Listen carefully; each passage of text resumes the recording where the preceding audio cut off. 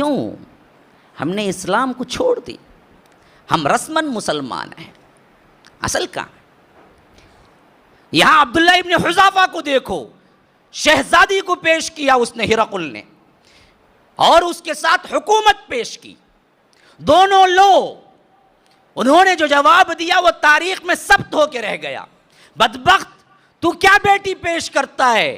تو پوری سلطنت بھی دے دے، میں 1 منٹ کے لیے دین محمدی سے انکار نہیں کر سکتا ہوں۔ اس نے کہا پتہ ہے میری بات نہیں ماننے سے کیا نتیجہ نکلے گا؟ کہا کہ مجھے پتہ ہے۔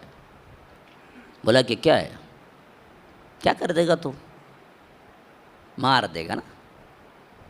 اس نے کہا کہ نہیں، مارنا تو بہت ہلکی سزا ہے، میں تمہیں ماروں گا نہیں، تڑپا تڑپا کے ماروں گا، تمہارا ایک ایک عضو الگ الگ کاٹوں گا، اور اس کی ایک جھلک دیکھنا ہے تو دیکھ۔ کہا کہ سولی چڑھاؤ، سولی بنا کے ان پہ چڑھایا گیا۔ کہا کہ جو سپاہی تیز آلات رکھتے ہیں سامنے آؤ، اور ایک ایک انگلی الگ الگ ایک ایک ٹکڑے میں چباتے جاؤ ان کو، تاکہ معلوم ہو جائے میری سزا کیا ہے۔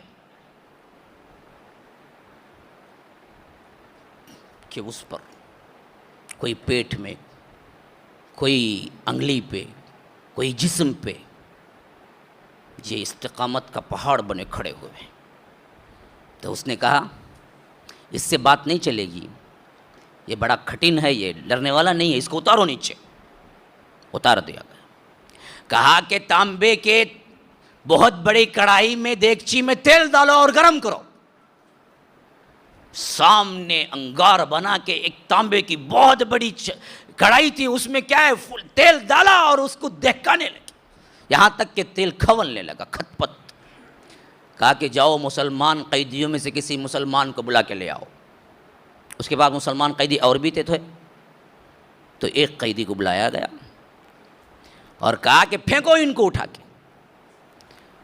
حضرت عبداللہ ابن حذافہ کے سامنے پھینکا گیا، اور دیکھتے ہی دیکھتے وہ پورا جسم، جس طرح آپ پاپڑ تلتے ہیں اسی طرح وہ تل کے ہڈیاں الگ، گوشت الگ ہو گیا۔ اللہ اکبر۔ یہ اذیتیں ہم اسلام کے لیے کبھی سہیں گے؟ اگر ایسا کوئی معاملہ آئے تو ہم کبھی اپنے آپ کو مسلمان بھی کہیں گے؟ ہاں؟ تو حضرت عبداللہ ابن حذافہ دیکھ رہے تھے، جب وہ پورا ہڈیاں تک جل کے خاک ہو گئی تو اس نے پلٹ کے کہا کہ عبداللہ اب تمہیں ڈالنے کی باری ہے۔ دیکھ لیا کیا ہوا تھا پہلے جو مسلمان قیدی گیا تھا؟ کہا کہ منظور ہے لیکن میں دین محمدی تو نہیں چھوڑ سکتا۔ تو کہا کہ ان کو بلا کے لے جاؤ اور اوپر سے پھینکو۔ جب یہ بلا کے لے جائے نا تو راستے میں حضرت عبداللہ ابن حذافہ کے آنسو گر پڑے۔ تو سپاہیوں نے کہا کہ ڈر گیا، اب تو ڈر گیا، یہ جلنا نہیں چاہتا ہے، شاید ہماری بات مان لے۔ تو واپس پلٹ کے پھر آئے ہرقل کے پاس، کہا کہ ہرقل بادشاہ یہ تو رو رہے ہیں۔ کہا کہ رو رہے ہیں؟ ہاں رو رہے ہیں۔ بلا کے دیکھا، ہاں رو رہے تھے۔ کہا کہ عبداللہ میں نے نہیں کہا تھا پہلے ہی تم نہیں سہ سکو گے، اب بھی چانس ہے، مان لو، اب بھی وہی بات پیش کرتا ہوں، تمہیں میری بیٹی بھی دیتا ہوں، ساتھ میں آدھی سلطنت بھی دیتا ہوں۔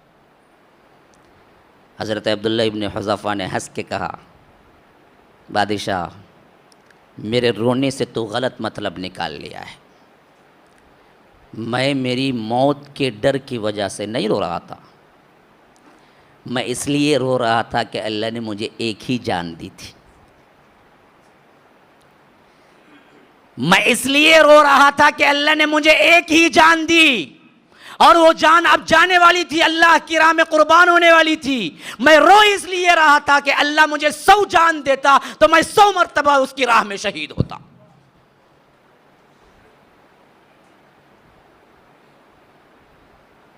اور یہ رسمن نہیں کہا تھا انہوں نے، دل کی گہرائیوں سے کہا تھا۔ اسی لیے دل سے جو بات نکلتی ہے وہ اثر رکھتی ہے۔ دلوں پہ بیٹھتی ہے جا کے بات، دل سے جو بات نکلتی ہے اثر رکھتی ہے، پر نہیں طاقت پرواز مگر رکھتی ہے. اس پہ بڑی طاقت ہوتی ہے. جب یہ بات انہوں نے ہرقل کے سامنے کہی کہ میں رو رہا تھا اس وجہ سے کہ مجھے 100 جانیں ملتی اور میں 100 جانیں اللہ کی راہ میں قربان کرتا، لیکن میرے پاس ایک ہی جان ہے، یہ وجہ تھی اصل رونے کی. تو ہرقل بھی حیران ہو کے دیکھنے لگا، آنکھیں پھاڑ کے، یہ آخر کیا بندہ ہے جو موت کے سراہنے کھڑے ہو کے بھی مسکرا رہا ہے. اس نے پوچھا کہ آخر ویسی کیا چیز ہے تیرے پاس کہ تم موت سے ڈرتا نہیں ہے؟ کہا کہ بادشاہ ہم موت سے ڈرنے والے نہیں ہوتے، ہم تو موت کو ایک اللہ کی ملاقات کا ذریعہ سمجھتے ہیں.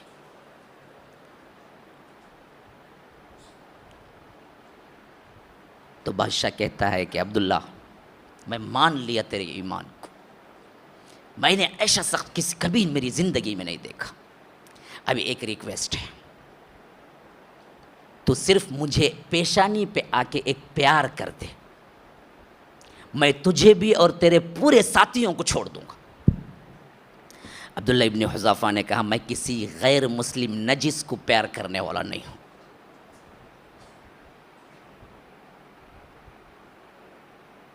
میں بادشاہ کو بھی پیار نہیں کروں گا. تو عیسائی ہے، میں مسلمان ہوں.